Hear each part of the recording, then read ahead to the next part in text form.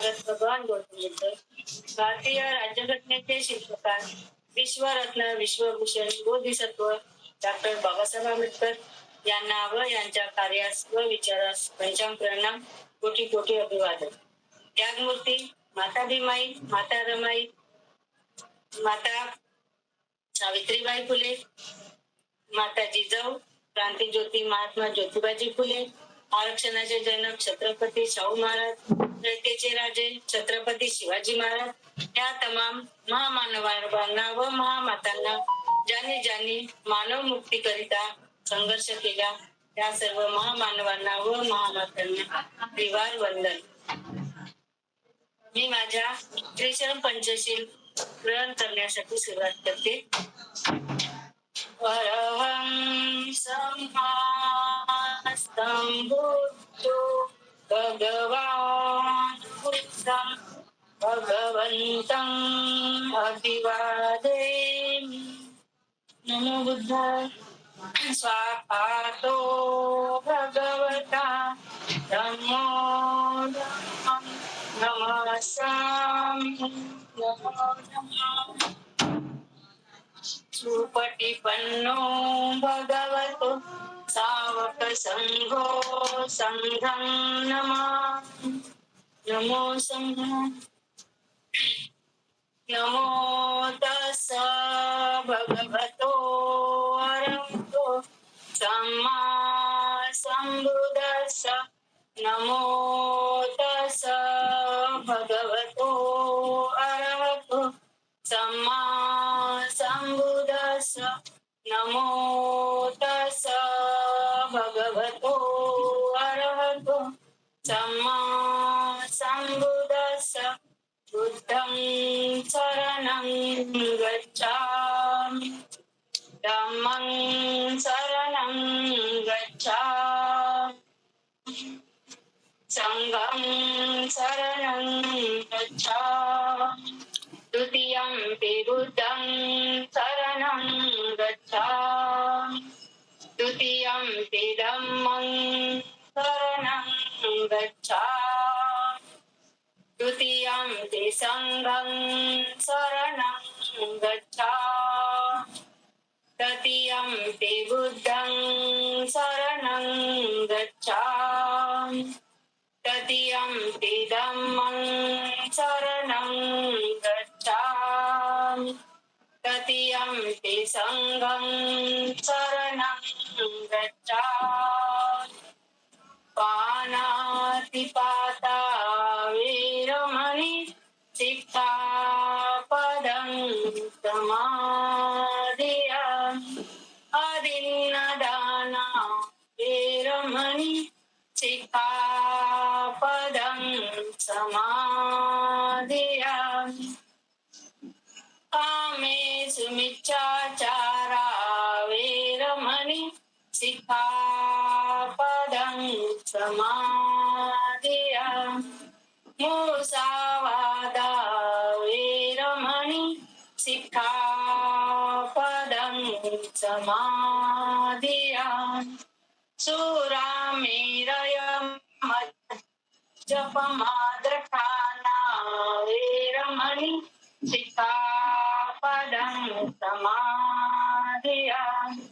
सब पाप सकरणं कुशल उपसंपदा सचित्त परियोदपणं एतं बुद्धान शासनं. धम्मं चरे सुचरितं नतं दुचरितं चरे. धम्मचारी सुखं सेति अस्मि लोके परामि च. न तावता धम्मधरो यावता बहुभासति. योच अपन्ति सुतवानं धम्मं कायेन पश्यति. सवे धम्मधरो होति यो धम्मनोपमज्जति. साधु साधु साधु. बुद्धं नमामि.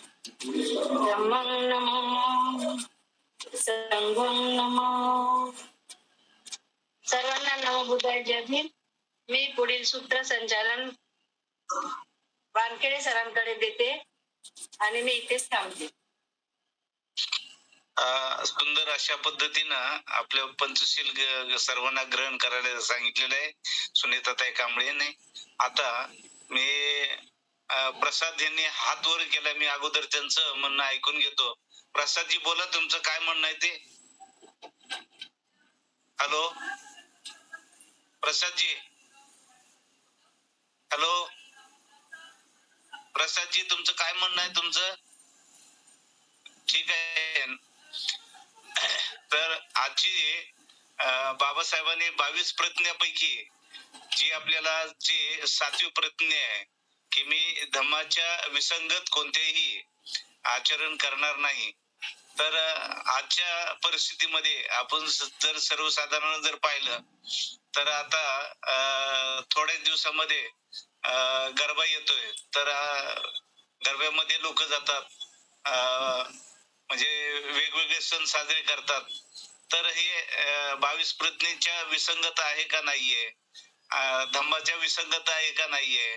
खरंच आपण आपल्या मनाला जर विचार केला तर आपण बाबासाहेबांनी सांगितलेल्या 22 प्रतिज्ञाचं उल्लंघन करतो का नाही करतो, हे आपल्या मनाला पण आपण प्रश्न करायला पाहिजे. पण तसं कोणी, कारण का स्वतःच काय म्हणतात ना, आपल्या दुसऱ्याचं म्हणजे कुसळ दिसतंय आणि आपल्या स्वतःच्या डोळ्यातलं मुसळ दिसत नाहीये. आता सध्याच्याला अशी अवस्था झालेली आहे. म्हणूनच आपल्याला डॉक्टर बाबासाहेब आंबेडकरांच्या 22 प्रतिज्ञाचं स्मरण करण्याची गरज भासलेली आहे. म्हणून आपल्याला आजची ही 7वी त्यांची प्रतिज्ञा आहे आपल्याला दिलेली. तर मी बौद्ध धम्माच्या विसंगत कोणतेही आचरण करणार नाहीये. तर हे याच्यासाठी आपण आपले आदरणीय अशोक तुळशीराम भोवरे सर नांदेडहून आपल्याला हे या संदर्भामध्ये सविस्तर त्याने आपल्याला मार्गदर्शन करणार आहेत. तर मी त्यांना अशी विनंती करतो की आपले जो आहे या विषयाला आपण सुरुवात करावी. सप्रम जय भीम, नमो बुद्धाय. धन्यवाद सर. विश्ववंदनीय विश्वगुरु महाकारुणिक तथागत गौतम बुद्ध, भारतीय संविधानाचे शिल्पकार बोधिसत्व डॉक्टर बाबासाहेब आंबेडकर, सर्व महामानव, सर्व महामाता यांच्या विचारांना अभिवादन करून इथे जमलेले आज जे उपासक उपासिका आहेत त्या सर्वांना जय भीम. आजच्या या प्रतिज्ञेला सुरुवात करण्याच्या अगोदर थोडक्यात एक 4-5 मिनिटं आजच्या दिवसाचं महत्व अन्यसाधारण आहे. आजच्या दिवशी बऱ्याच गोष्टी घडलेल्या आहेत. त्याच्यापैकी आमच्या मराठवाड्यामधला आज मराठवाडा मुक्ती संग्राम दिन आहे. भारत जरी 1947ला स्वतंत्र झाला असला तरी या मराठवाड्यामध्ये निजामाचं राज्य होतं आणि 17 सप्टेंबर 1948ला या मराठवाड्याला स्वातंत्र्य भेटलेलं आहे. हा इतिहास फार मोठा आहे. याच्यासाठी 1-1.5 तास सही कमी पडणार आहेत. बघूत पुन्हा कधी सांगायची वेळ आली तरी. परंतु याच्यामध्ये अनेक अतोनात छळ या निजामाने आणि त्या काशिमने येथील लोकांवर केलेला आहे. फक्त एक महत्वाची घटना सांगून मी पुढे जातो की या मराठवाडा मुक्ती संग्रामामध्ये जी मिलिटरी आलेली होती, मिलिटरी ऍक्शन झालेली होती, पण अंतर्गत बाबीमध्ये मिलिटरी काही येऊ शकत नाही. त्यावेळेस भारताचे पहिले कायदेमंत्री डॉक्टर बाबासाहेब आंबेडकर सरदार वल्लभभाई पटेलला असं निष्कर्ष देतात की तुम्ही मिलिटरी घुसवा आणि त्यांना मिलिटरी कारवाई म्हणण्यापेक्षा पोलीस कारवाई हे नाव द्या.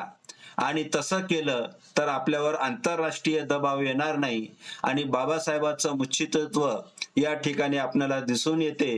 आणि 13 सप्टेंबर 1948ला जे आपलं भारतीय सैन्य या हैदराबाद मध्ये घुसलं आणि अवघ्या 4 दिवसामध्ये निजाम शरण आलेला आहे. असा हा आगळा वेगळा इतिहास आहे. फार मोठा इतिहास आहे, तो पुढे बघता येईल.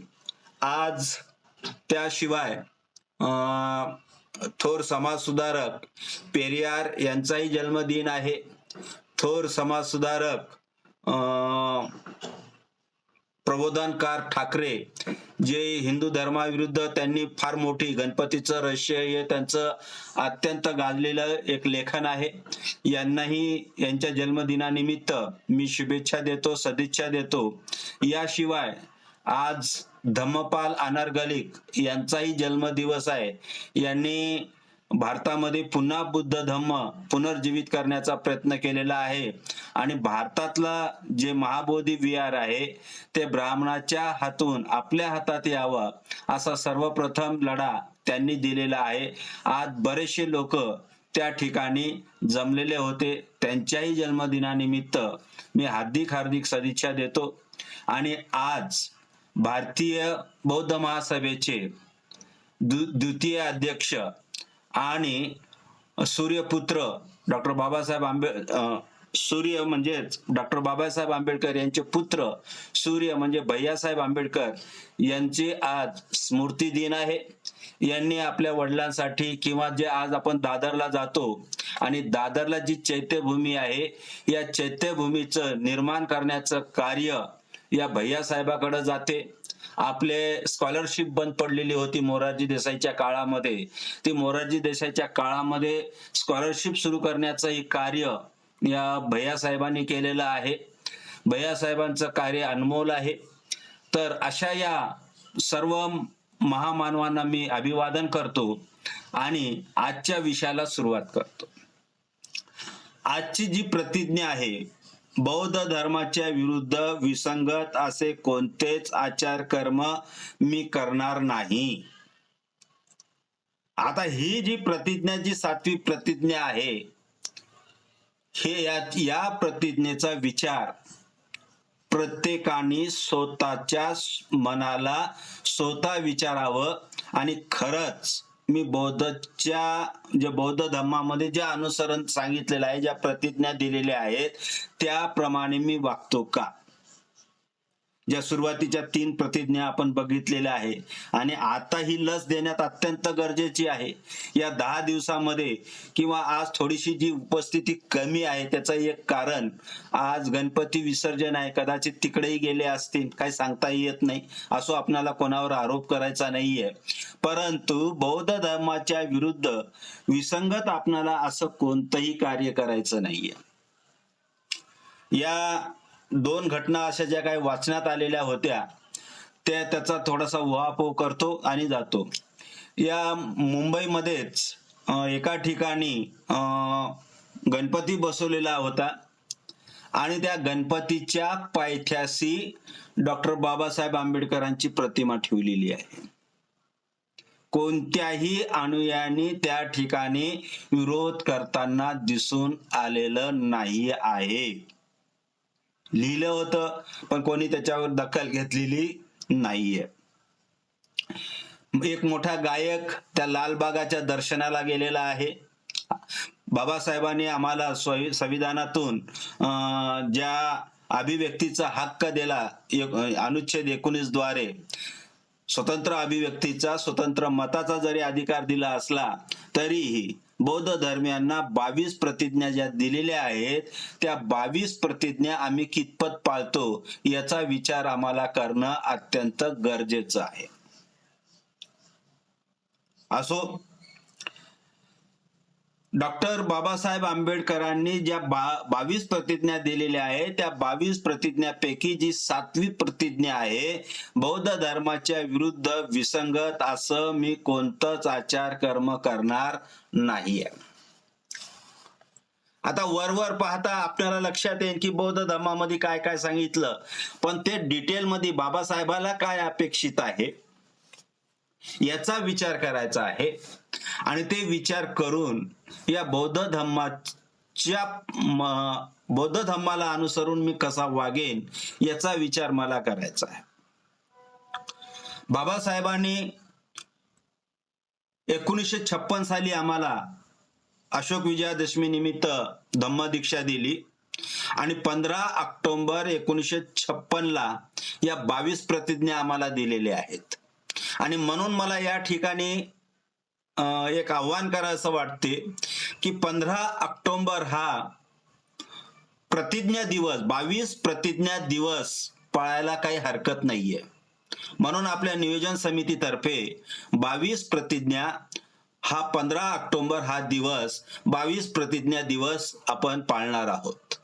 असो, तर 1956 साली जेव्हा बौद्ध धर्माची दीक्षा 9 दीक्षित लोकांना देताना बाबासाहेबांनी एक महत्वाचा या लोकांच्या हिताचा संदेश दिलेला आहे. बाबासाहेब ह्या दीक्षा देताना किंवा प्रतिज्ञा देताना काय म्हणत आहेत? बौद्ध धर्माचा मूळ किंवा मुख्य पाया काय आहे आणि इतर धर्मामध्ये, फक्त हिंदूच नाही, इतर धर्मामध्ये आणि बौद्ध धर्मामध्ये काय फरक आहे याचा आपण विचार करणं अत्यंत गरजेचं आहे. कोणत्याही धर्मामध्ये, म्हणजे बौद्ध धर्म सोडला तर, मनुष्य आणि ईश्वर यांचा संबंध तो धर्म सांगतो.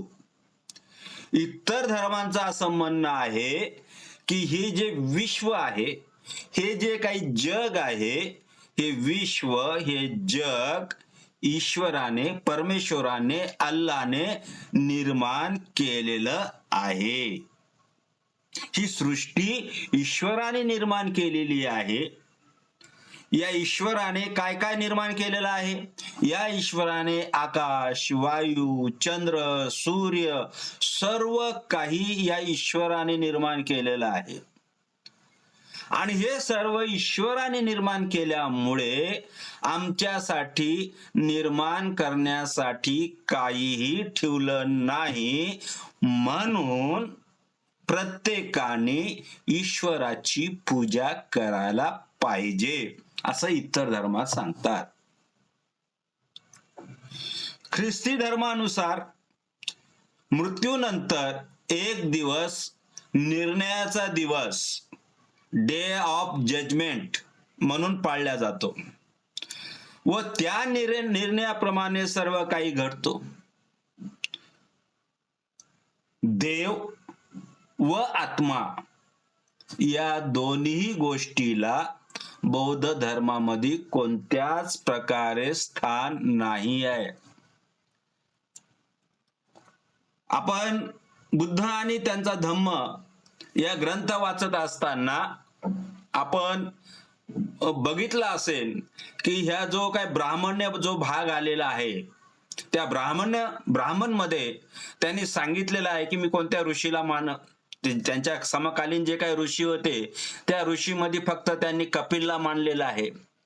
आणि त्याच्यानंतर मग जे काही वेद असतील, श्रुती असतील किंवा जे काही मंत्र आहे, यांना ते काय म्हणायचे? श्रोती असे म्हणायचे. आणि यांचे 4 नियम होते किंवा 4 सिद्धांत होते या हिंदू धर्मामध्ये. मग याच्यामध्ये काय सांगितलंय का? हे जग देवाने निर्माण केलेलं आहे. पुन्हा अजून दुसरा सिद्धांत असा त्यांनी म्हटलेला आहे की याच्यामध्ये काय आहे? माणूस शरीराने मरतो पण त्याचा आत्मा मरत नाहीये. आत्मा दुसरं रूप धारण करते. सामाजिक व्यवस्था चांगली राहावी त्यांच्यासाठी त्यांनी 4 वर्ण तयार केलेले आहेत: ब्राह्मण, क्षत्रिय, वैश्य आणि क्षत्रिय. आणि या 4ही वर्णामध्ये ज्याचे काम आहेत फक्त तेच काम करू शकतात. एका याला दुसरे काम करू शकत नाहीये. ब्राह्मणाला काय काम आहे? शिकणे आणि शिकवणे, यज्ञ करणे हे ब्राह्मणाचं काम आहे. क्षत्रियांचं काम काय आहे? मारणे आणि मरणे म्हणजे आक्रमण करणे, संरक्षण करणे. वैश्य म्हणजे काय आहे? व्यापार करणे. आणि शूद्राला तर कोणते अधिकार नव्हते, कोणते स्वातंत्र्य नव्हतं आणि या सर्वांची सेवा करणे हे शूद्रांचं काम. याशिवाय पाचवा एक जो प्रकार होता तो म्हणजे महिला, मग ती कोणत्याही जातीची असो, त्या महिलांना कोणतेही हक्क या ब्राह्मणामध्ये नाकारलेलं आहे. अशी ही त्यांची आचार व्यवस्था, अशी ती सामाजिक व्यवस्था. मग त्यांनी याच्यामध्ये पुन्हा अजून काय म्हणतात की हे सर्व देवाने निर्माण केलेलं आहे, ईश्वराने निर्माण केलेलं आहे आणि आत्मा आहे आणि हे आत्म्याला मोक्ष केव्हा लाभते, एखादा मनुष्य मेला तर तो आत्म्याला मोक्ष केव्हा लाभते, जर ब्राह्मणाच्या हाताने काहीतरी विधी केला. आता उद्यापासून श्राद्ध पक्ष सुरू होणार आहे बघा, श्राद्ध पक्षाचा किती पगडा आहे. आता निवडणुका आहेत, या निवडणुकीच्या काळामध्ये त्यांची निवडणूक यादी ठरत नाही का, श्राद्ध पक्ष आहे, श्राद्ध पक्ष ठरल्यानंतर पितृपक्ष संपल्यानंतर ते यादी आहे का. म्हणजे एवढा अंधकार या आमच्या भारतीय संस्थेवर पडलेला आहे. मग तेच संस्कार बाबासाहेबांनी आम्हाला 22 प्रतिज्ञा दिल्यानंतर त्या संस्काराचे गुलाम आम्ही होणार आहोत का, याचा विचार करणं अत्यंत गरजेचं आहे. बाबासाहेबांनी बौद्ध धर्माचा स्वीकार करताना, लक्षात घ्या प्रत्येक पॉइंट त्यांचा अतिशय महत्वाचा आहे, बाबासाहेबांनी बौद्ध धर्माचा स्वीकार करताना संपूर्णपणे ईश्वरी शक्तीला नाकारलेला आहे. ईश्वरी शक्तीला नाकारलेला आहे म्हणजेच ब्राह्मणे, वेद, स्मृती या सर्वाला नाकारलेला आहे. ईश्वरी याला नाकारलेला आहे म्हणजे आत्म्याला नाकारलेला आहे. मग यज्ञ, त्याग हे जे काय असतील या सर्वाला नाकारलेला आहे आणि याचा जो कोणी पालन करेन तेच म्हणजे बौद्ध धर्माच्या विसंगत वागणार आहे. मग ही प्रतिज्ञा करताना, पालन करताना ह्या सर्व गोष्टी आम्हाला लक्षात घेणं अत्यंत गरजेचं आहे.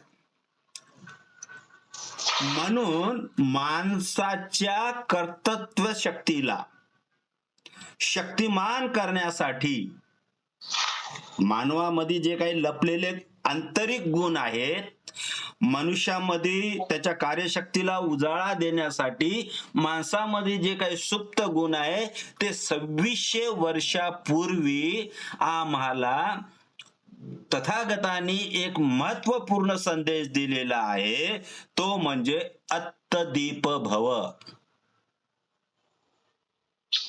आणि बाबासाहेब सुद्धा तोच महान संदेश या ठिकाणी आम्हाला पुन्हा देतात.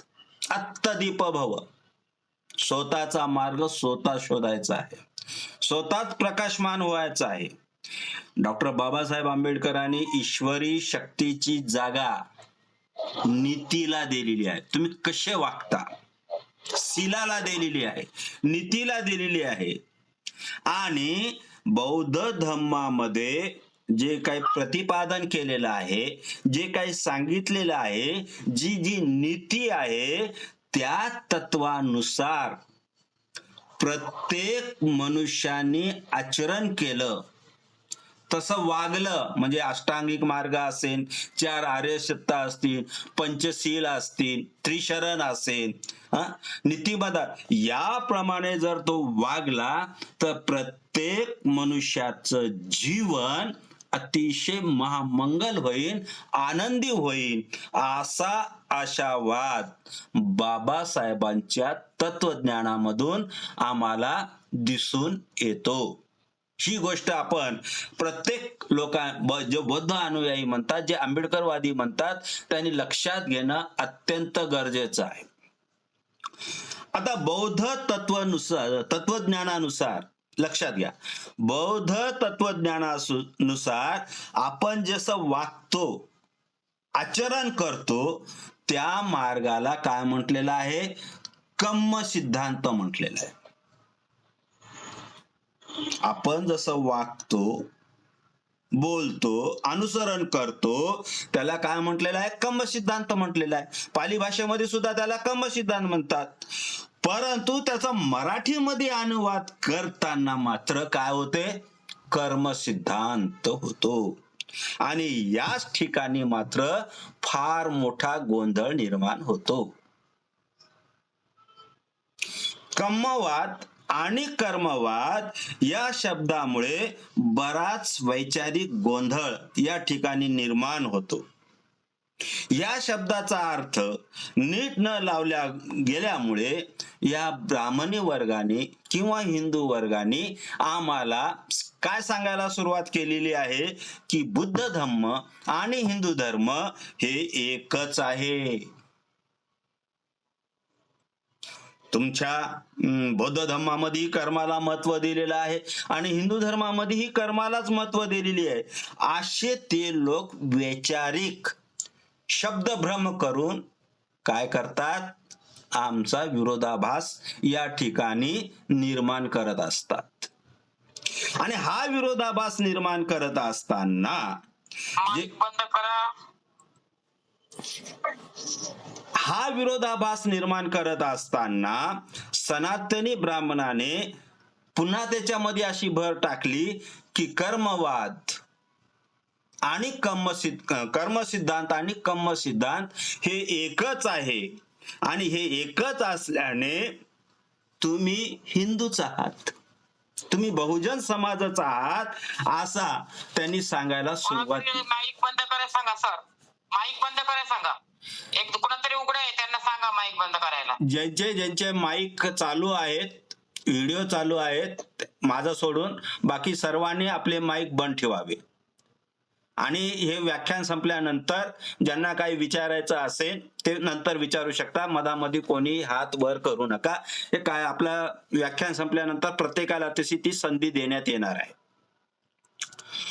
ब्राह्मणाला बुद्धाचा कर्मसिद्धांत आणि ब्राह्मणी कर्मसिद्धांत भिन्न आहे हे माहिती आहे. बघा, हे लक्षात घ्या बरं. ब्राह्मण वर्ग अतिशय चाणाक्ष आहे, अतिशय हुशार आहे. त्याला हे माहित आहे की बुद्धाचा जो कर्म सिद्धांत आहे आणि हिंदूचा कर्म सिद्धांत आहे याच्यामध्ये खूप मोठा फरक आहे, पण ते दाखवत नाहीयेत. त्यांना मान्य आहे. बरेच जण असं म्हणतात की या भारतामध्ये फक्त दोनच समाज खऱ्या अर्थाने जागरूक आहेत आणि शिक्षणाला महत्व देतात. ते दोन समाज म्हणजे ब्राह्मण समाज आणि बौद्ध समाज. दोन्ही जागरूक आहेत, कारण दोघांनाही बुद्धाचा आणि आंबेडकरांचा वारसा आहे. परंतु ब्राह्मण वर्ग जेवढा सजग आहे तेवढा मात्र बौद्ध, दुःखाने सांगावा लागते की बौद्ध अनुयायी तेवढा सजग झालेला नाही. दारूची बाटली असेल, निवडणुकीच्या काळामध्ये काही छोट्याशा गोष्टीसाठी किंवा सत्तासाठी आज आमचे 52-53 गट पडलेले आहेत. आम्ही आज एकत्र नाहीयेत. आज ब्राह्मणामधला तो कोणत्याही पक्षामध्ये असला पण त्यांच्यामध्ये जर विरोध झाला तर सगळे एकत्रीकरण येतात आणि आमच्यामध्ये मात्र सतत लाथाळ्या भांडणं हे चालत राहतात. हा भाग आपण या ठिकाणी लक्षात घेणं गरजेचं आहे.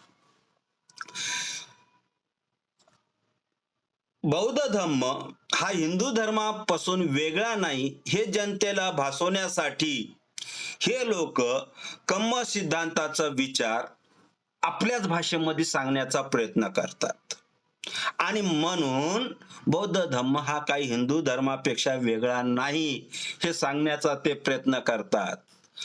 परंतु डॉक्टर बाबासाहेब आंबेडकर हे सर्व धर्माचे गाढे अभ्यासक होते. सर्व धर्माचा त्यांनी 21 वर्ष अभ्यास केलेला आहे. 21 वर्ष अभ्यास केल्यानंतर त्यांनी बौद्ध धर्माचा स्वीकार केलेला आहे. बारीक गोष्टीचा त्यांनी अभ्यास केलेला आहे. आणि मग हे कर्म सिद्धांत आणि कम्म सिद्धांत यांचं त्यांना सूक्ष्म निरीक्षण करावं लागलेलं आहे. आणि या सूक्ष्म निरीक्षण केल्यानंतर त्यांना बुद्ध आणि त्यांचा धम्म हे ग्रंथ या आपल्या लोकांसाठी लिहावा लागलेला आहे. या ग्रंथामध्ये बाबासाहेबांनी या बुद्धाचा कर्म सिद्धांत आणि हिंदूचा कर्म सिद्धांत याची तुलनात्मक माहिती दिलेली आहे. डॉक्टर बाबासाहेब कर्म सिद्धांताविषयी असं स्पष्टपणे म्हणतात की हिंदूचा कर्म सिद्धांत हा पुनर्जन्मावर आधारित आहे. लक्षात घ्या, हा सूक्ष्म भेद, हा फरक आपल्याला लक्षात घेणं गरजेचं आहे. हिंदूचा जो कर्मवाद आहे, कर्म सिद्धांत आहे, हा पुनर्जन्मावर आधारित आहे. आणि पुनर्जन्मावर आधारित आहे म्हणजेच त्या ठिकाणी ईश्वर आलेला आहे, म्हणजेच त्या ठिकाणी आत्मा आलेला आहे, म्हणजेच त्या आत्माचं पुनर्जीवन आलेलं आहे. हे झालं हिंदूचं कर्म सिद्धांत.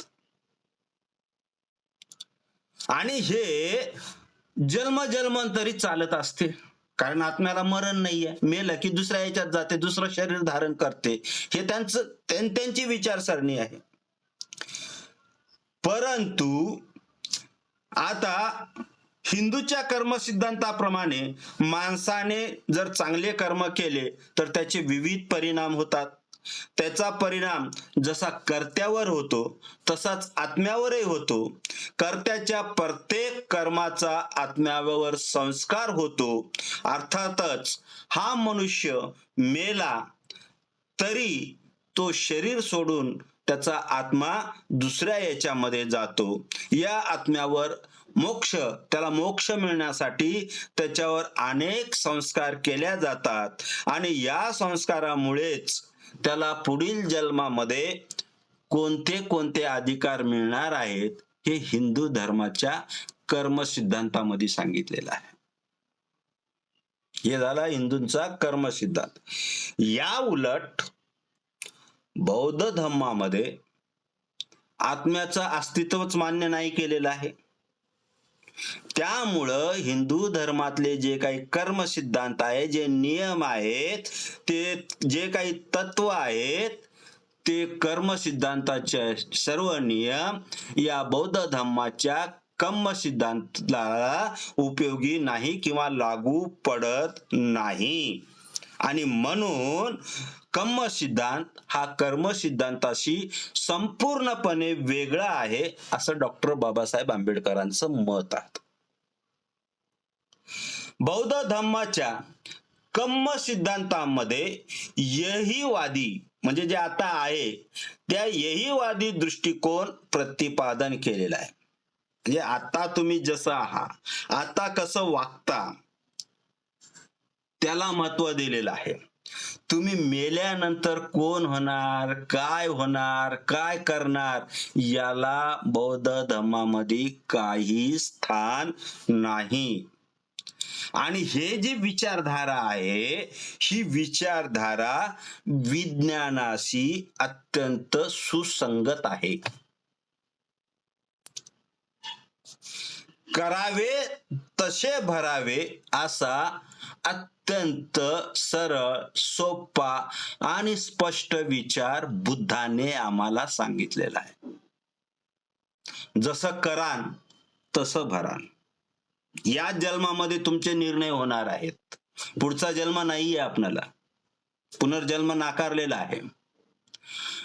म्हणून या जन्मामध्ये तुम्ही लोकांशी कसं वागता, प्राण्यांशी कसं वागता, या जीवसृष्टीमधली प्राणी मात्राशी लोक कसे वागतात याच्यावरच तुमचं जीवन ठरलेलं आहे. यासोबतच गत कर्माचे जे काही जसं आता कर्मसिद्धांत ते त्याचं फळ या जन्मामध्ये काही आपल्याला भेटत नाही आहे असं बुद्धांचा विचार आहे.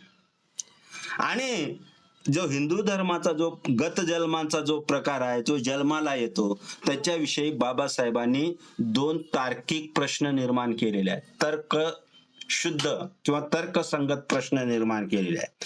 ते 2 प्रश्न कसे आहेत?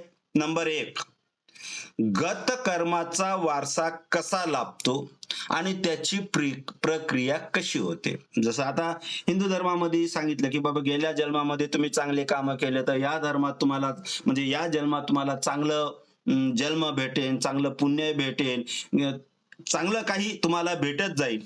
परंतु बाबासाहेब या ठिकाणी म्हणतात गत कर्माचा वारसा कसा लाभतो, त्याची प्रक्रिया कशी होते. नंबर 2, वांशिकतेच्या म्हणजे वंश परंपरेच्या दृष्टीने कर्माचे रूप कसे असते आणि वंश परंपरेनुसार ते माता पितापासून जे चालत आलेले आहे ते नंतर त्या मुलांनी स्वतः प्राप्त केलेले असतात का, असे दोन प्रकार आहेत. तर मग पहिल्या प्रश्नाचं उत्तर शोधताना एक गोष्ट लक्षात घेतली पाहिजे की गत कर्माचा म्हणजे गेल्या जन्मामध्ये जे काही कर्म केले असतील त्याचा वारसा कोणत्याही दैविक शक्तीने लाभत नाही. गेल्या जन्मात काही केलं असेल ते गेल्याच जन्मात संपलेलं आहे. या जन्मामध्ये कोणत्याही दैविक शक्तीने ते तुम्हाला लाभत नाहीये. हिंदू सिद्धांतामध्ये शरीर वंश परंपरेनुसार मात्या पित्यापासून प्राप्त होते ही गोष्ट मान्य केलेली आहे. आता आपणाला मुलं बाळ झालेले आहेत तर हे कशामुळे झालेले आहे, वंश परंपरेनुसार झालेलं आहे. आणि हे वंश परंपरेनुसार झालं म्हणजेच त्याच्यामध्ये आत्मा निर्माण झालेला आहे अशी जोड तिथं देण्यात येते.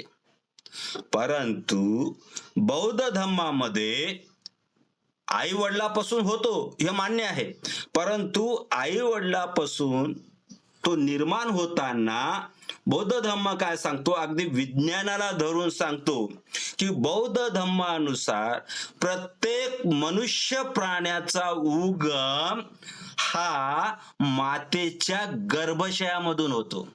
फरक लक्षात घ्या. आता बौद्ध धर्माच्या किंवा बौद्ध विचाराच्या अनुसरून माणसाचा जन्म कसा होतो की मातेच्या गर्भाशयातून जे काही अंडे असते आणि पित्याचं जे वीर्य असते या दोघांचा कुठंतरी संगम होतो, संयोग होतो. हे आणि या दोन संयोगातून मग आपल्याला पुरुषाचा किंवा स्त्रीचा जन्म मिळतो. आता हे जे सिद्धांत सांगितलेला आहे बुद्धांनी याच्यामध्ये हा पूर्ण सिद्धांत विज्ञानावर आधारलेला आहे. याच्यामध्ये कोणी विरोध करू शकेल का? आपण विज्ञानामध्ये शिकतो ना की स्त्रियांचं बीजांड असेल आणि पुरुषांचं वीर्य असेल, याचं XY किंवा YY हे जर जुळलं तर स्त्री किंवा पुरुष निर्माण होतं. हे 2600 वर्षापूर्वी बुद्ध आम्हाला सांगत आहेत. मागच्या कर्मामधला असं काही सांगितलेलं नाहीये. आणि हाच वैज्ञानिक विचार बुद्ध धर्माच्या मुळाशी आहे. तुमच्या कर्माशी तुम्ही गेल्या जन्मात काय करता हे महत्वाचं नाहीये, तर हे विज्ञानाचा त्या संयोगातून हा जन्म तुम्हाला लाभतो. म्हणून या ठिकाणी आत्म्याचं अस्तित्व बुद्धाने नाकारलेलं आहे.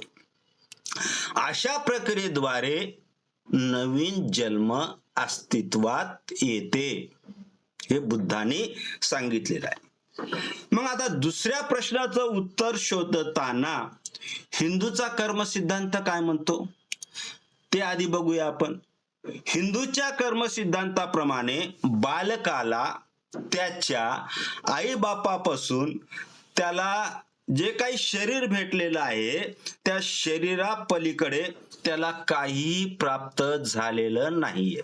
हिंदू धर्माचा सिद्धांत काय सांगतो की आई वडिलापासून त्या होणाऱ्या बाळाला त्याचं फक्त शरीर मिळालेलं आहे, त्याच्या पलीकडे काही मिळालेलं नाही. परंतु त्या मुलाचे गत जन्मामधील जे काही कर्म असतील की त्या कर्मानुसार तो जन्मताना तो कसा व्यंग घेऊन येतो का, कसा येतो, तो पुढील जीवनामध्ये कसं वागतो हे त्याच्या गत जन्माच्या कार्यासंबंधी आहे असं हिंदू धर्म सांगतो. म्हणजे हिंदू धर्म काय म्हणतो की जे काही बाळ निर्माण झालेलं आहे हे बाळ फक्त आई बाबापासून झालेलं आहे. आई बाबांनी त्या बाळाला फक्त देह दिलेला आहे, बाकीच्या गोष्टी हे ईश्वराने दिलेल्या आहेत. हा आहे कर्म सिद्धांत.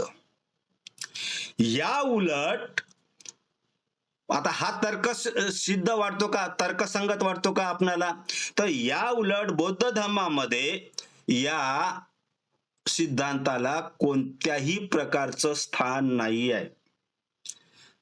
आई वडिलांच्या संयोगापासून हा बाळ जरी निर्माण झाला असला तरी जन्मतःच तो माता पितापासून वेगळा होतो. त्याला विचाराचा, संस्कृतीचा, संस्काराचा वारसा आई वडिलाकडून त्याला मिळतो, ही बुद्धाची धारणा होती. मुलगा जसा जसा वाढत जातो तो कसा घडत जातो, तर त्याच्या आई वडील त्याच्यावर संस्कार कसे घडवतात, त्याच्यावर कोणत्या प्रकारचे विचार रुजवतात, त्या प्रकारे तो बालक घडत जातो. तो बालक गत जन्माच्या, मागील जन्माच्या कार्याने पुढे चालतो. हे बुद्धाला मान्य नाही. ज्या प्रकारे बाळाला या आई वडिलांच्या संयोगातून तो येतो, तर पुढील त्याची वाढ त्या आई वडिलांच्या विचाराने, त्यांच्या संस्कृतीने, त्यांच्या लालन पोषणाने त्या मुलाची वाढ होत असते. किंवा समाजामधले आजूबाजूचे जे काही घटक असतात, त्या घटकांचा परिणाम त्या मुलाच्या विचारधारेवर होत असतो आणि तो मुलगा वाढत असतो, अशी बुद्धाची धारणा आहे. हा फरक या ठिकाणी आपण लक्षात घेणं अत्यंत गरजेचं आहे. गतजन्मीचा कर्मांचा गतजन्मी तुम्ही जे काही केलेलं आहे, जे काही काम केलेले आहेत, हा शुद्ध ब्राह्मणी सिद्धांत आहे. या सिद्धांतानुसार पुन्हा काय अस्तित्वात आलेलं आहे? आत्मा आलेला आहे. आत्मा आला की मग त्याच्या पूर्वकर्माचं अस्तित्व आलेलं आहे. मग पूर्वकर्म हे त्याच्या भावी जीवनावर नियंत्रण ठेवते. म्हणजे काय? गेल्या जन्मामध्ये तुम्ही कसे वागला, तुम्ही काय काय कार्य केलं, मग आता जन्माला आल्यानंतर मागचे कर्म तुमच्या पुढील जीवनावर नियंत्रण ठेवते. असा हा हिंदू धर्माचा कर्म सिद्धांत आहे. परंतु याच्या विरुद्ध डॉक्टर बाबासाहेब याला मान्यता देत नाहीत.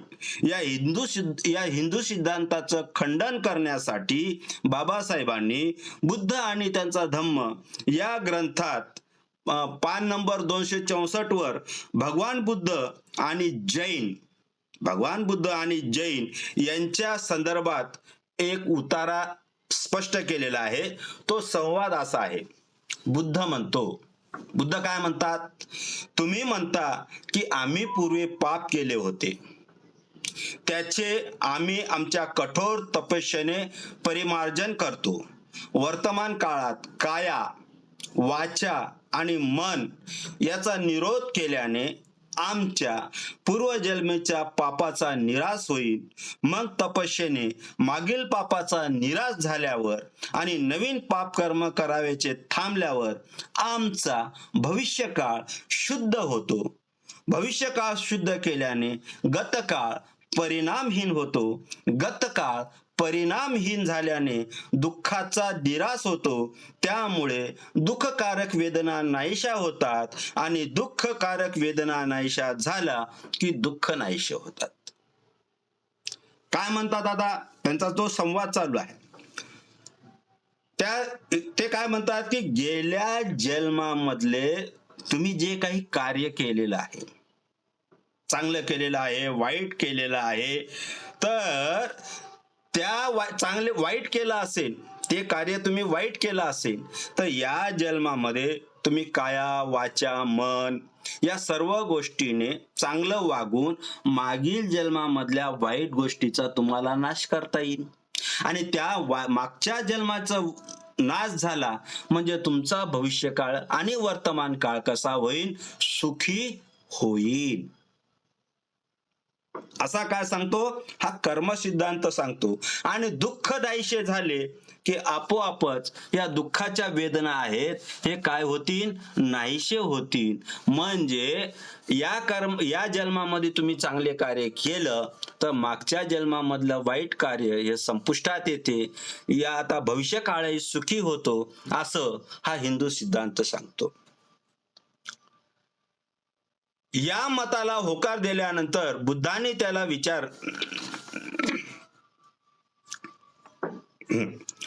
तर अशा रीतीने ते दुःख नाहीशे होतं असं सांगितलेलं आहे. निघटाने म्हणजे ते विचारधारा चालू आहे. तर बुद्ध त्यांना विचारतात, हे भल्या माणसांनो, हे भल्या सद्ग्रस्तांनो, हे सज्जनानो, तुम्हाला पुनर्जन्म होता का?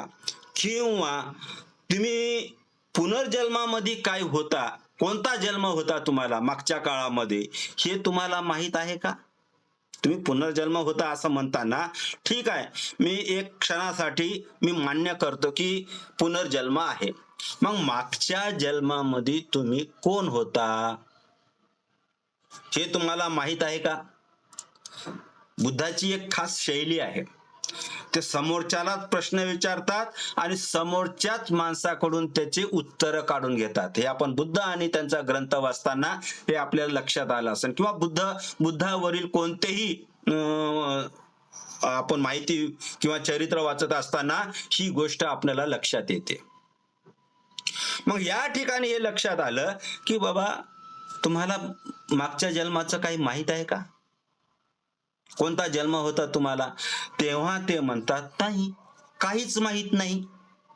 बर, मग बुद्ध पुन्हा म्हणतात की गत जन्मामुळे तुम्ही जे काही पाप केलेलं आहे, तुम्ही जे काही पाप केलेलं आहे त्या पापामुळे तुम्ही सदोष अथवा निर्दोष याबद्दल तुम्हाला काय माहिती आहे का?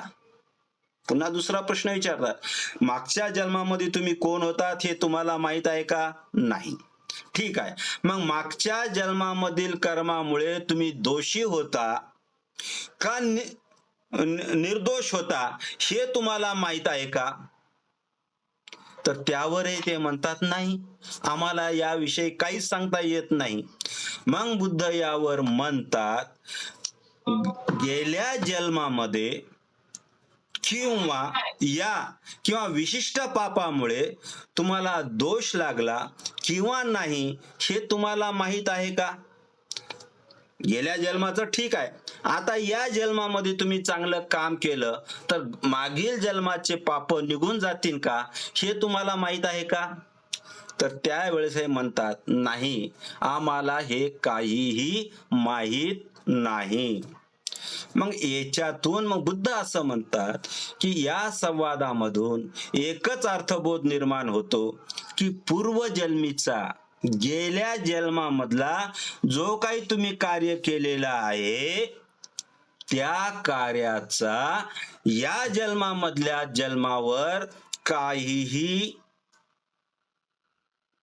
काहीही परिणाम होत नाही. गेल्या जन्मात जे काय केलं ते तिथंच संपलं, त्याचा परिणाम या जन्मामध्ये होत नाहीये. बुद्धाचा विश्वास कोणत्या सिद्धांतावर होता हे आता या ठिकाणी आपल्याला लक्षात येणं गरजेचं आहे. आणि याच्यामधून कम्म सिद्धांत आणि कर्म सिद्धांत याच्यामधला सूक्ष्म जो काही भेद आहे तो तुम्हाला लक्षात आला असेल. आणि म्हणून बुद्ध या ठिकाणी अत्यंत स्पष्टपणे सांगतात की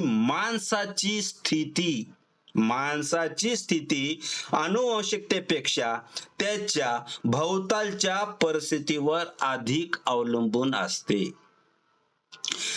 ठीक आहे, त्या एखाद्या नवीन बाळाचा जन्म झाला असेल, आनुवंशिकतेनुसार त्याच्या चेहऱ्याची जडण-घडण तो आजी, आजा, काका, काकी, मामा, मामी याच्याप्रमाणे झाला असेल.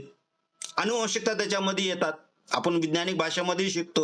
वैज्ञानिक भाषेमध्ये तुमच्या आजी, आजोबाला, काका म्हणजे जे कोणाला असतील त्यांच्यातले जे काही आजार असतील ते आजार या बाळामध्ये येऊ शकतील, याच्यामध्ये काही हरकत नाहीये.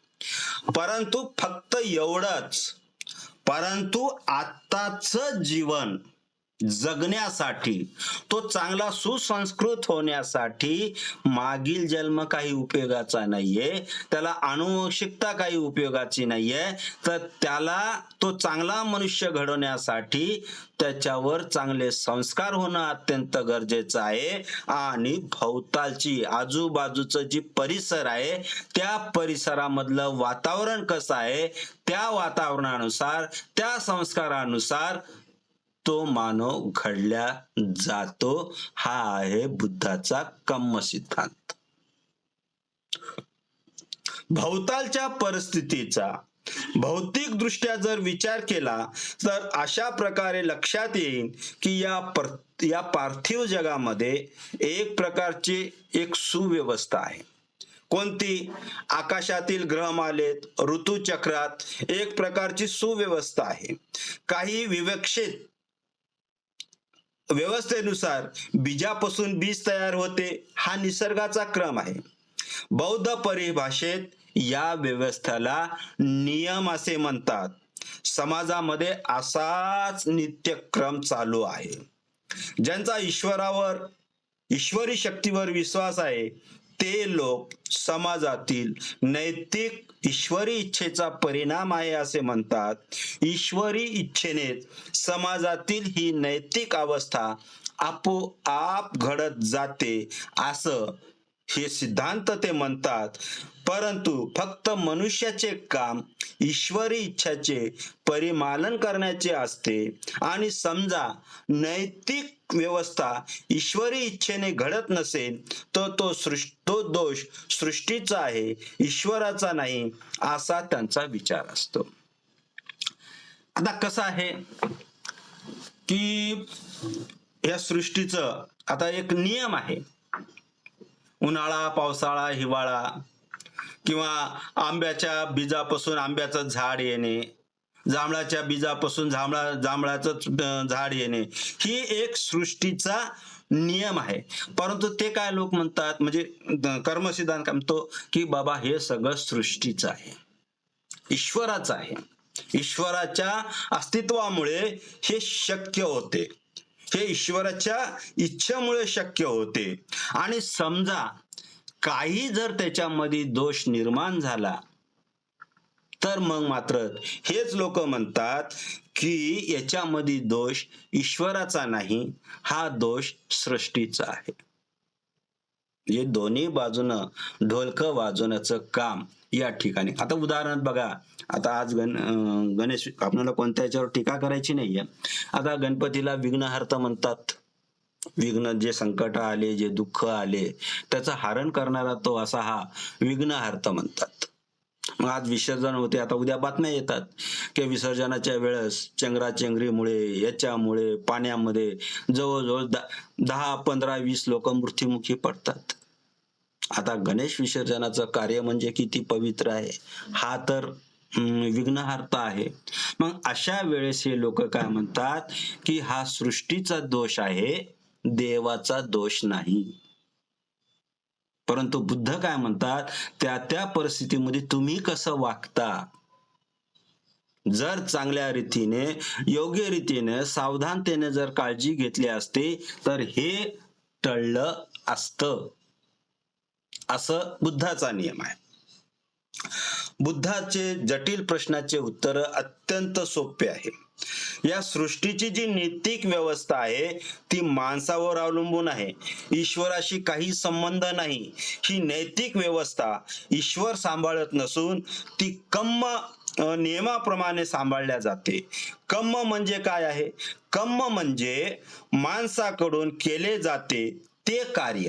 कर्म म्हणजे काय की माणसाकडून जे कार्य केले जाते ते कार्य, आणि विपाक म्हणजे त्याचा परिणाम. साधी घटना घ्या, लक्षात घ्या आता की सृष्टीचा जो नियम आहे, उन्हाळा, पावसाळा, हिवाळा असेल, हे आता सृष्टी बरोबर त्याप्रमाणे चालते. पण याच्यामध्ये काय होत आहे, आता मानवाचा हस्तक्षेप होत आहे, जंगल तोड होत आहे, पर्यावरण, कॉन्क्रीटचं जंगल वाढत आहे. मग याच्यामुळे कधी दुष्काळ पडतो, कधी पाऊसच पडत नाही. मग हे कशामुळे झालेलं आहे? या मानवामुळे झालेलं आहे. इथं कुठेही ईश्वरी संकेत नाही. माणूस ज्याप्रमाणे वागतो त्याचे परिणाम या ठिकाणी आपणाला दिसून येतो. हाच बुद्धाचा कम्म सिद्धांत आहे.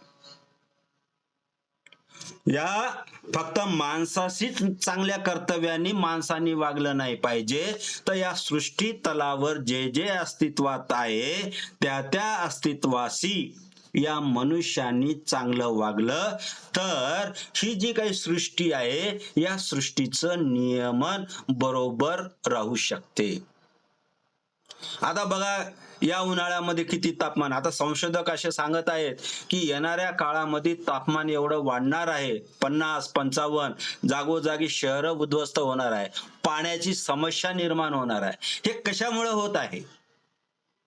हे माणसाने आज अनेक वाहनं जात आहेत, धूर निघत आहे, ते धूर आकाशामध्ये त्याच्यामध्ये जात आहे, म्हणजे पर्यावरणामध्ये कुठंतरी असमतोलपणा येऊन त्याच्यामध्ये काय होत आहे, त्याचा परिणाम या निसर्गावर होत आहे. मग हे कोण घडून आणत आहे? मनुष्य. हे मनुष्य घडून आणत आहे, म्हणजे त्याचं काय झालं, कम्म झालं.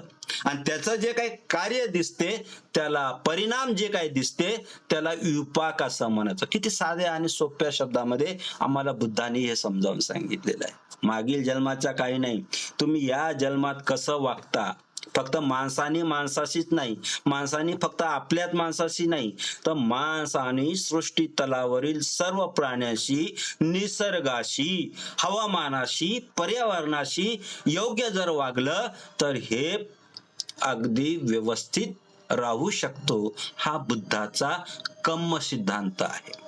हे आपल्याला लक्षात घेणं अत्यंत गरज आहे.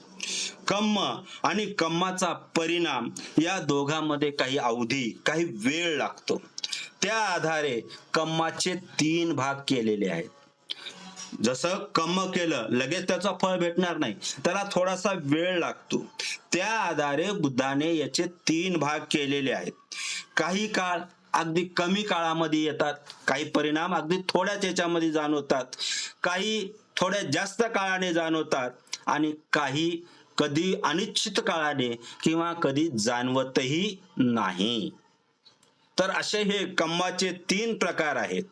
या कम्माच्या नियमासंबंधी अजून एक गोष्ट लक्षात घेतली पाहिजे. कम्माचा परिणाम कम्म करणाऱ्यालाच भोगावा लागतो. हा महत्वाचा भाग आहे.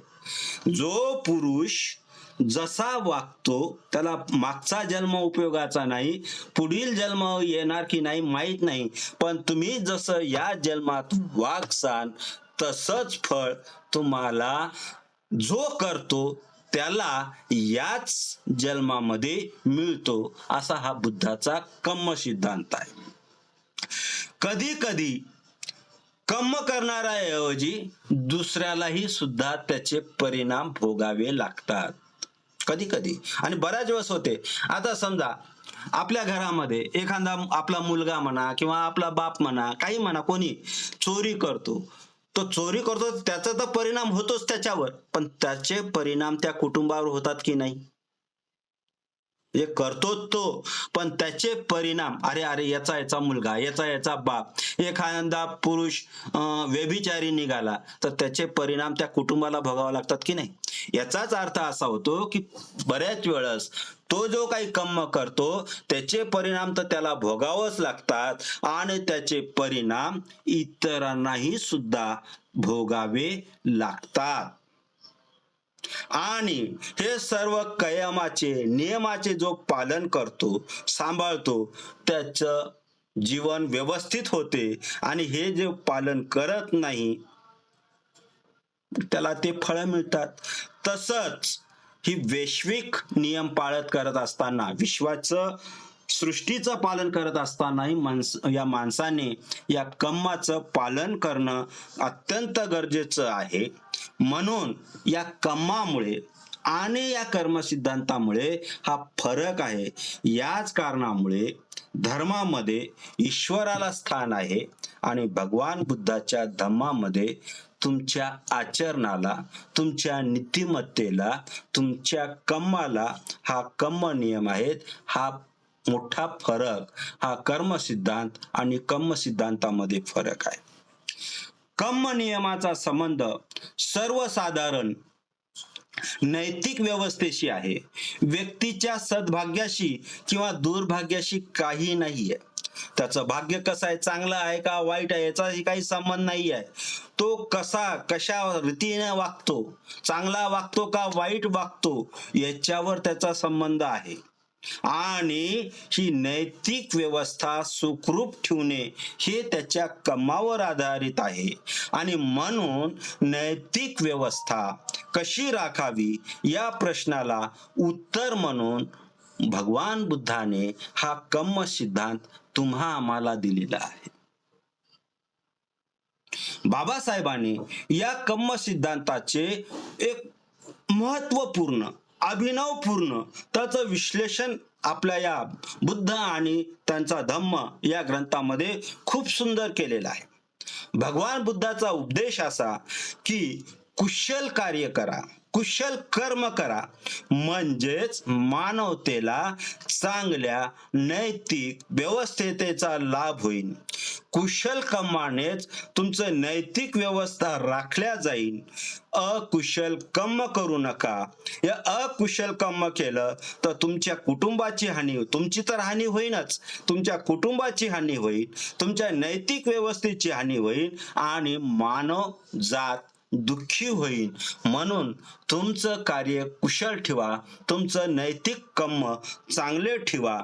म्हणून बाबासाहेब आंबेडकरांचा विचार लक्षात घेताना जे आम्ही आज बौद्ध अनुयायी म्हणून आम्ही स्वतःला संबोधित घेतो, तर बौद्ध धम्माला ही जी 7वी प्रतिज्ञा आहे, या 7व्या प्रतिज्ञेला अनुसरून आम्हाला ही प्रतिज्ञा करायची आहे की जे आम्हाला जो कर्म सिद्धांत सांगितलेला आहे, आम्हाला जे कुशल कार्य सांगितलेलं आहे, हे कुशल कार्य कोणाकोणाबरोबर आहे की फक्त माणसानी माणसाबरोबरच नाहीये, तर या सृष्टी तलावर असणारे सर्व प्राणी मात्रा आणि निसर्ग या सर्वाशी आम्ही कर्म सिद्धांताप्रमाणे वागलं पाहिजे. म्हणजे पर्यावरण असेल, समतोलपणा असेल, ह्या सर्व गोष्टी चांगल्या राहील. आणि म्हणून बाबासाहेब म्हणतात की बौद्ध धम्माच्या विसंगत असं मी काही करणार नाही. जर विसंगत जर वागलो आणि त्या कर्म सिद्धांतावर विश्वास ठेवला तर आपल्या बरोबर इतराचीही हानी होण्यास वेळ लागणार नाही. म्हणून ही 7वी प्रतिज्ञा अत्यंत गहनपूर्वक आणि विचारपूर्वक बाबासाहेबांनी दिलेली आहे. तर या प्रतिज्ञेचा अर्थ तुम्हाला लक्षात आलेला असेल आणि हा बाबासाहेबांचा आणि हा बुद्धांचा हा विचार आपण आजपासून अंमलात आणूया आणि ही 7वी प्रतिज्ञा आपण आचरणात आणण्याचा प्रयत्न जर केला तर माझी ही 7वी प्रतिज्ञेचं विश्लेषण तुम्हाला सांगण्याचं जे कार्य आहे ते योग्य मार्गाने गेलं असं मला वाटेल. आणि मी या ठिकाणी थांबतो. धन्यवाद. जय भीम, जय संविधान, जय भारत. साधू साधू साधू. नमो जय जय भीम. खूप सुंदर. फार सुंदर अशा रीतीनं हा 7वा जो आपली जी प्रतिज्ञा आहे ती आदरणीय भौरी सरांनी आपल्याला म्हणजे कर्म सिद्धांत आणि कर्म सिद्धांत म्हणजे या ह्याच्यातला जो फरक आपल्याला सांगितलेला आहे की आपण म्हणजे धम्माच्या विरुद्ध कसं वागणार नाही. तर हे विस्तृत प्रमाणे आपल्याला आदरणीय भौरी सरांनी सांगितलेलं आहे. मी त्यांचे हार्दिक आभार व्यक्त करतो. आणि कुणाला जर याच्याबद्दल काही प्रश्न उपस्थित करायचे वाटले किंवा मनामध्ये काही चलबिचल वाटत असेल तर त्याने प्रश्न विचारावे. आणि जर कुणाला प्रश्न जर विचारायचे नसेल तर आपण मग पुढे आपण आभार प्रदर्शनाकडे जाऊया. म्हणणार आहे हा जय भीम. आभार. कोणाला प्रश्न विचारायचे आहेत का? मोबाईल ऑन करतो.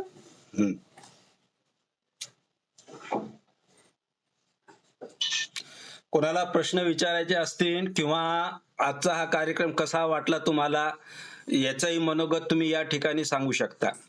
याच्यामध्ये आम्हाला मग मला पुढील याच्यामध्ये प्रतिज्ञेमध्ये सुधारणा करता येईल. तर बिन दिक्कतपणे तुम्ही मला सांगू शकता की सर तुमची ही पद्धत आहे, थोडासा बदल करा किंवा कसा वाटला हेही सांगू शकता.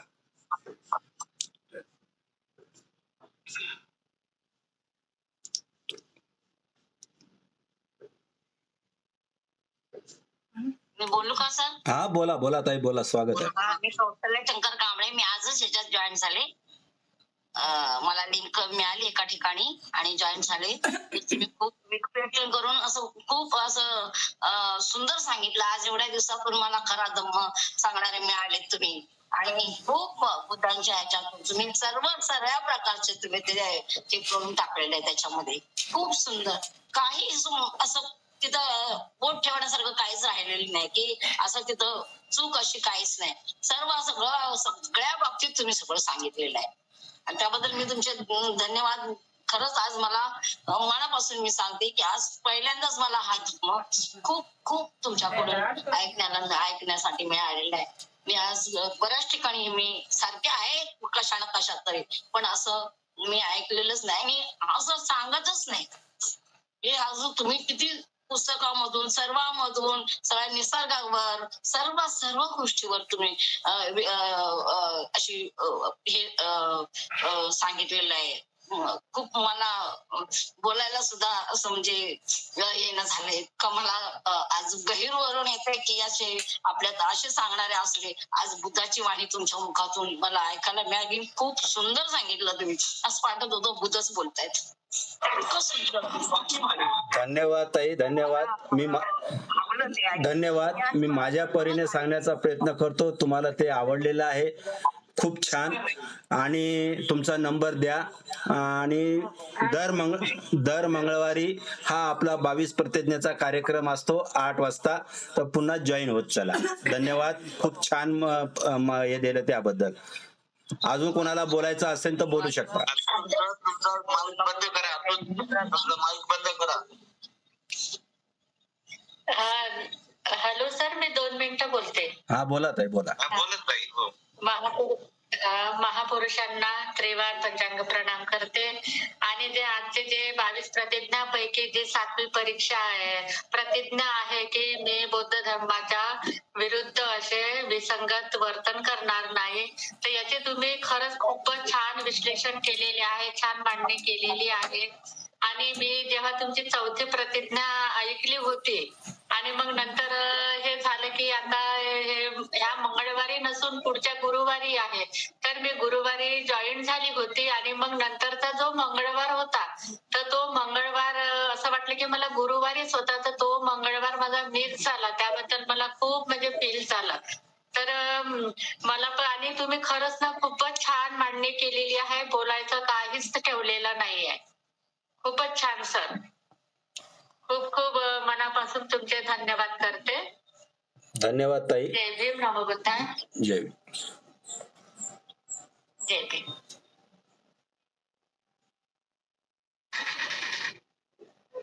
हॅलो. हा बोला. माझा आवाज येतो आहे? हा येतोय सर, येतोय. हॅलो. येतोय सर, येतोय. बोला.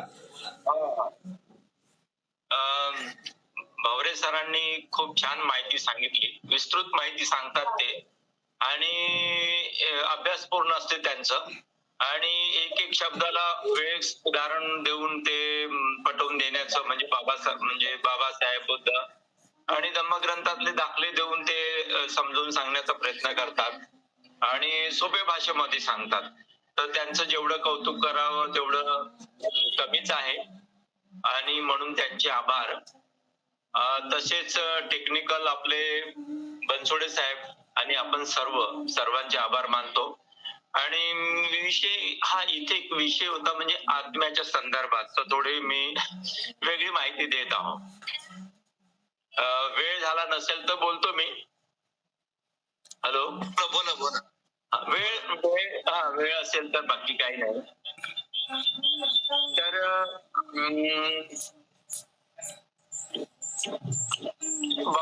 आपल्या याच्यामध्ये आपल्या धम्मामध्ये ईश्वराला आणि आत्म्याला नाकारलेलं आहे. इतर जे धर्म आहे त्यांनी ते आत्मा आणि ईश्वराला स्वीकारलेला आहे.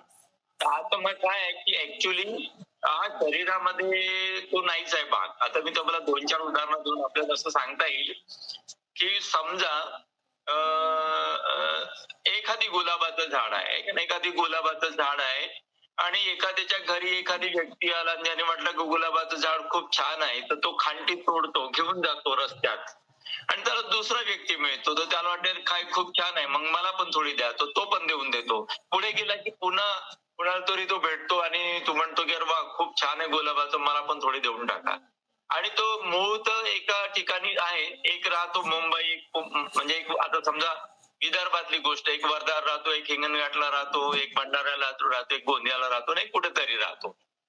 ते सगळ्या खांट्या गेल्यानंतर सगळ्यांकडे लागतो तो, आणि झाड मुळात तिथेच राहते का नाही. झाड जे झाड आहे ते मुळात तिथेच राहते, पण सगळीकडे ते ब्रँचेस लागतात, सगळीकडे झाड जिवंत जिवंत राहतो, म्हणजे असा काही पार्ट नाही आहे तो. दुसरी गोष्ट की आपलं जे शरीर आहे, शरीराचे पार्ट आपण माणूस हा माणसाचा मृत्यू झाला तरी शरीराचे पार्ट हे जिवंत राहतात बघा. म्हणजे माझा समजा मृत्यू जर झाला समजा, ते पार्ट जिवंत राहतात, म्हणजे डेट होत नाही. म्हणजे काय होते मग नंतर चेंज होऊन जाते. तसं माझा डोळा जो आहे तो काढला, आणि तो काढल्यानंतर जेवणाची प्लेट आहे त्याच्यामध्ये तो डॉक्टर काढतो, मी जिवंत आहो पण प्लेट मध्ये काढलेला आहे, तर तो माझा डोळा दुसऱ्या माणसाला लागतो, पण तो डोळा जिवंत आहे. बघा कसं आहे, म्हणजे माझा डोळा आता मला डोनेट करायचा आहे आणि मी जिवंत, मला वाटलं की माझा डोळा द्यायचा, तर डोळा कुठे आला, तो माझ्या शरीराच्या बाहेर गेला, पण तो कुठे आहे, एका प्लेट मध्ये ज्यात आपण जेवण करतो अशी थाली, त्याच्यामध्ये आला ना, तो तिसऱ्या माणसाला दुसऱ्या माणसाला लागतो आहे का नाही. तो जिवंतच असतो, डोळा जिवंत आहे. माझी किडनी आहे का नाही, किडनी माझ्या शरीरातून बाहेर निघाली, माझ्या शरीराचा काही संबंध नाही, पण ते किडनी पण जिवंत असते. माझं जे ब्लड आहे मी डोनेट केलेलं असते, ते पिशवीत मध्ये कुठेतरी भरलेलं असतं, ते ब्लडही जिवंत असते. म्हणजे पार्ट आहे, म्हणजे इकडचं जे आता एक आपलं माझं समजा एखाद्याचा अपघात झाला तर काय होते, तिथलं मांस गेलं तर ते काय करतात, दुसऱ्या ठिकाणची मांस चामडी वगैरे काढून त्याच मांस दुसऱ्या बाजूला लागतो. ते पार्ट जिवंत असतात. माणसाच्या शरीराचे पार्ट का नाही हे जिवंतच असतात, म्हणजे डेड होत नाही, म्हणजे ते रूपांतर होतात, चेंज होत राहते. म्हणजे आता समजा 10-12 तास झाले असेल, माझा हात तुटला असेल, बाजूला गेला शरीराचे, ते शरीर ते हात जिवंतच असतो, पण त्याला सुरक्षित ठेवावं लागते. तर हा एक भाग, म्हणजे आत्मा नावाची वस्तू नाहीये. दुसरी गोष्ट की कोंबडी आहे का नाही, कोंबडी तर ही अंडे देत राहते, आणि कोंबडीमध्ये अशी ताकद नाही का ती आपल्या पिल्यांना जन्म देईल. माझा आवाज येत आहे का? हॅलो, आवाज येत आहे माझा बरोबर? कोंबडी काय, समजा कोंबडी अंडे देण्याचं काम करते, पण जगातला कुठलाही माणूस आहे, कोंबडीनं अंडे दिले तर जगातला माणूस म्हणा की ज्याला कोणी ईश्वरीय शक्ती जर कोणी मानत असेल तर त्यांनी, तर त्याच्यातून पिली बाहेर येत नाही. हॅलो, कोंबडीनं अंडे दिलेले आहे तर त्या अंड्यातून पिली नाही बाहेर येऊ शकत नाही. काय येत नाही, जोपर्यंत तिच्याशी संपर्क जर मेल कोंबडा संबंध येत नसेल तर त्याच्यातून ते अंडे देण्याचं काम करते, तिथे बच्चे पैदा होत नाही. ते कोंबडी अकेली जे त्याच्यातून बच्चे निर्माण नाही होऊ शकत, म्हणजे जन्म घेऊ शकत नाही. ते दोन मेल आणि फिमेल जेव्हा कॉन्टॅक्ट होते तेव्हा आपण म्हणतो वाय अंडे झाले, तर त्याचा प्रकार तोच आहे. आणि ते जिवंतच असतात, 1 दिवसाचे अंडे सुद्धा जिवंत असतात, कारण 2 याचं मिलन झाल्यानंतर त्याच्यातूनच बच्चे बाहेर निघतात, नाहीतर ते अंड्यातून पिली काही बाहेर निघत नाही. दुसरी गोष्ट, तुम्हाला प्रॅक्टिकल जे प्रयोग करायचा असेल, समजा आत्मा आहे नाही आहे, तर तुम्हाला समजा तुम्ही अंडे घेतले, 20 अंडे घेतले, मेल आणि फिमेल आहेत, आणि तुम्ही निवडले समजा त्या 20 अंड्यातून समजा 10 अंडे वेगळे केले आणि 10 अंडे वेगळे केले, 10 अंड्यावरती कोंबडी आहे तिला तुम्ही बसवलं समजा, आहे का नाही, तिला ऊब दिली. 21-22 दिवसानंतर ते त्याच्यातून पिली बाहेर येतील, काही मधून येतील, काही मधून येणार नाही. परंतु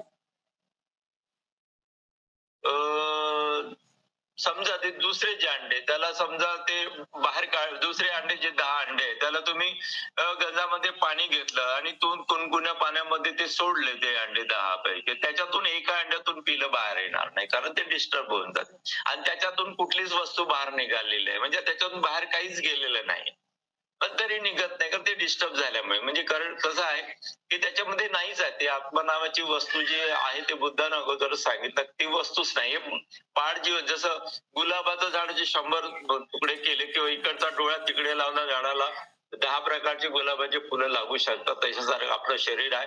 डेड झालं हृदय पण जिवंत, एका माणसाचं हृदय दुसऱ्याला लागते, किडनी लागते, डोळा लागते, अजून काय काय पार्ट लागतात, हे काही शरीराच्या बाहेर गेल्यानंतर पार्ट पूर्ण. जसं याच्यामध्ये गेलो आपण, आपल्याला आपली मोटरसायकल खराब झाली, आपण म्हणतो अरे वा मला ते हँडल पाहिजे, ब्रेक पाहिजे, लायटर पाहिजे, फलानं पाहिजे. जसं पार्ट आहे तसे काही दिवसानंतर तुम्हाला मार्केटमध्ये म्हणजे आपल्याला म्हणतो अरे मला ब्लड भेटते ना आता, तसं तुम्हाला अरे मला हात पाहिजे होता, मला ते फलानी वस्तू पाहिजे, तुमची किडनी पाहिजे, आता देतात ते तसं.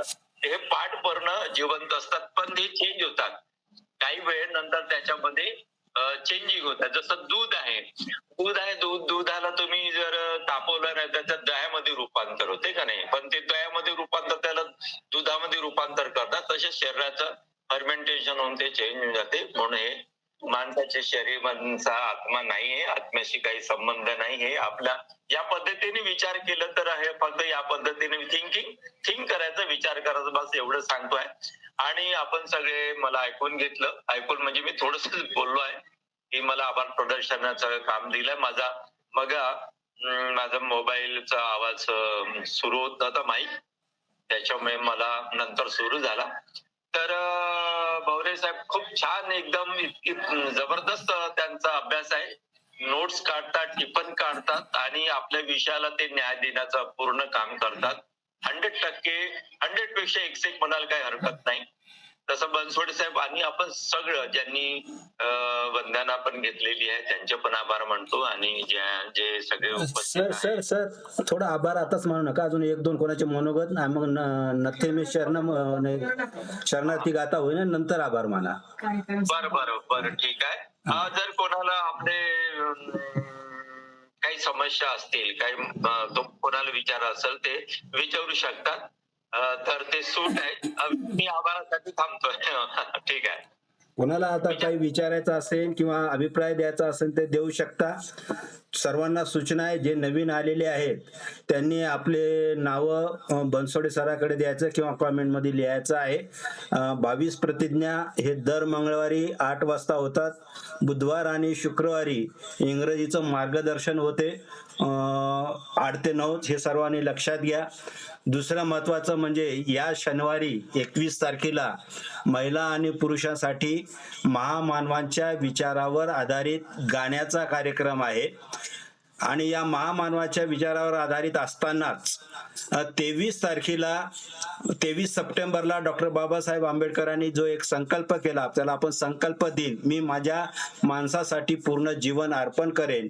तर या संकल्प दिनानिमित्त किंवा 24 सप्टेंबर हा पुणे करार दिन आहे, या 2 दिवसावर आधारित जर कोणी गाणे म्हटले तर त्यांचं स्वागत आहे. तर हे जे नवीन आलेले आहेत त्यांनी आपले नावं आमच्याकडे द्यावे. आणि 21 तारखेला हा 8 वाजता गाण्याचा कार्यक्रम राहील. धन्यवाद. जर कोणाला प्रतिक्रिया द्यायच्या असतील तर प्रतिक्रिया आपण देऊ शकता. आणि नसेल तर मी रमा भोवरे मॅडमला शरणार्थी गाथा गाण्यासाठी पाचारण करत आहे. मी बोलू का सर? हा बोला. नंबर माझा मी देते आणि नाव माझं. बोला. हो का नंबर? हा नंबर द्या. 91 एक मिनिट 45 51 91 91 45 45 51 51 91 49. काय नाव? कौसल्या कांबळे. कुठून बोलता आपण? मी पुण्यावरून बोलते. शिवण्यात राहते पुण्यामध्ये. अच्छा. जय भीम सर. जय भीम ताई. सर्वांना नमोदय. तुम्हाला आम्ही नियोजन समितीमध्ये ऍड करतो. जे जे नियोजन समितीमध्ये आहे त्यांना ही लिंक पोहोचल्या जाते. ठीक आहे. अजून कोणाला काही बोलायचं आहे का?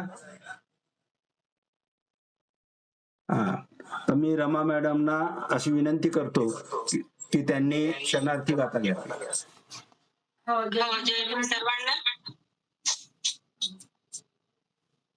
सर्व जगाला पूर्ण विश्वाला शांतीचा संदेश करुणेचा संदेश देणारे तथागत भगवान गौतम बुद्ध व तसेच भारतीय घटनेचे शिल्पकार व संविधानाचे निर्माते डॉक्टर बाबासाहेब आंबेडकर आणि रमाई भीमाई सावित्री यांना त्रिवार वंदन करते.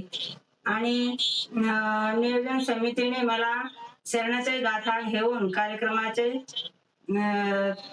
सांगता च्या नंतर शरणाचे गाथेने समाप्त होते याची मला संधी दिली त्याबद्दल मी नियोजन समितीचे आभार मानते व शरणाचे गाथे सुरुवात करते.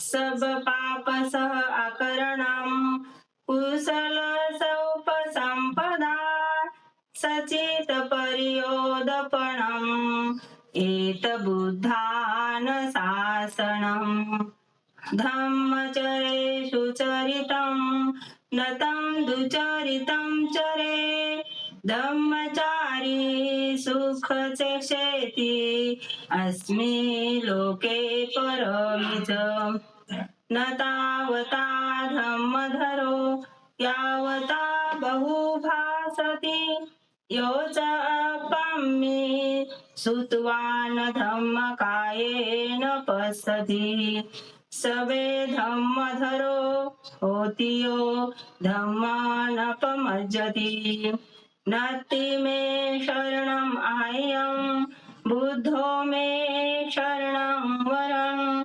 एतेन सज्जवज्जेन होतु मे जयमङ्गलम् नत्ति मे शरणम् आह्यं धम्मो मे शरणं वरम् एतेन सज्जवज्जेन होतु मे जयमङ्गलम् नत्ति मे शरणम् आह्यं सङ्घो मे शरणं वरम् एतेन सज्जवज्जेन होतु मे जयमङ्गलम्. जय भीम, जय रमाई, जय संविधान. साधू साधू साधू.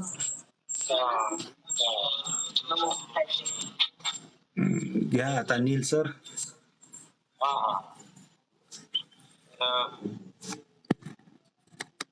सर्वांना जय भीम. आजचे वक्ते भवरे साहेब यांनी खूप छान अशी माहिती सांगितलेली आहे आणि आता आज हे 7वं पुष्प होतं. त्यापूर्वी 6 पुष्प त्यांनी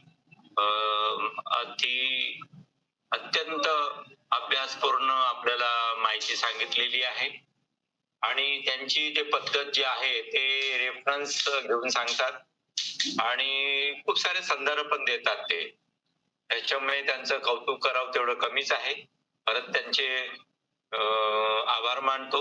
तसेच टेक्निकली बनसोडे साहेब यांचं सुद्धा आभार मानतो आणि आता ज्यांनी समापन गाथा म्हटल्या त्यांच्या आणि बाकी आपण सगळे जे उपस्थित आता म्हणजे 8 वाजतापासून आतापर्यंत आहात आणि मनोभावे आपण हा याचा आस्वाद घेत असतात. तर त्याबद्दल आम्ही सगळ्यांचे आभार मानतो आणि इथेच कार्यक्रम संपला असं मी जाहीर करतो. आणि पुढे पण आता दर सोमवारी मंगळवारी आपला हा 22 प्रश्नाचा कार्यक्रम 8 वाजता असतो. बुधवारी आणि शुक्रवारी आपला जी सिद्धार्थ या सरांचा इंग्रजीचा क्लास असतो. तर त्यासाठी सुद्धा आपण उपस्थित राहावं असं मी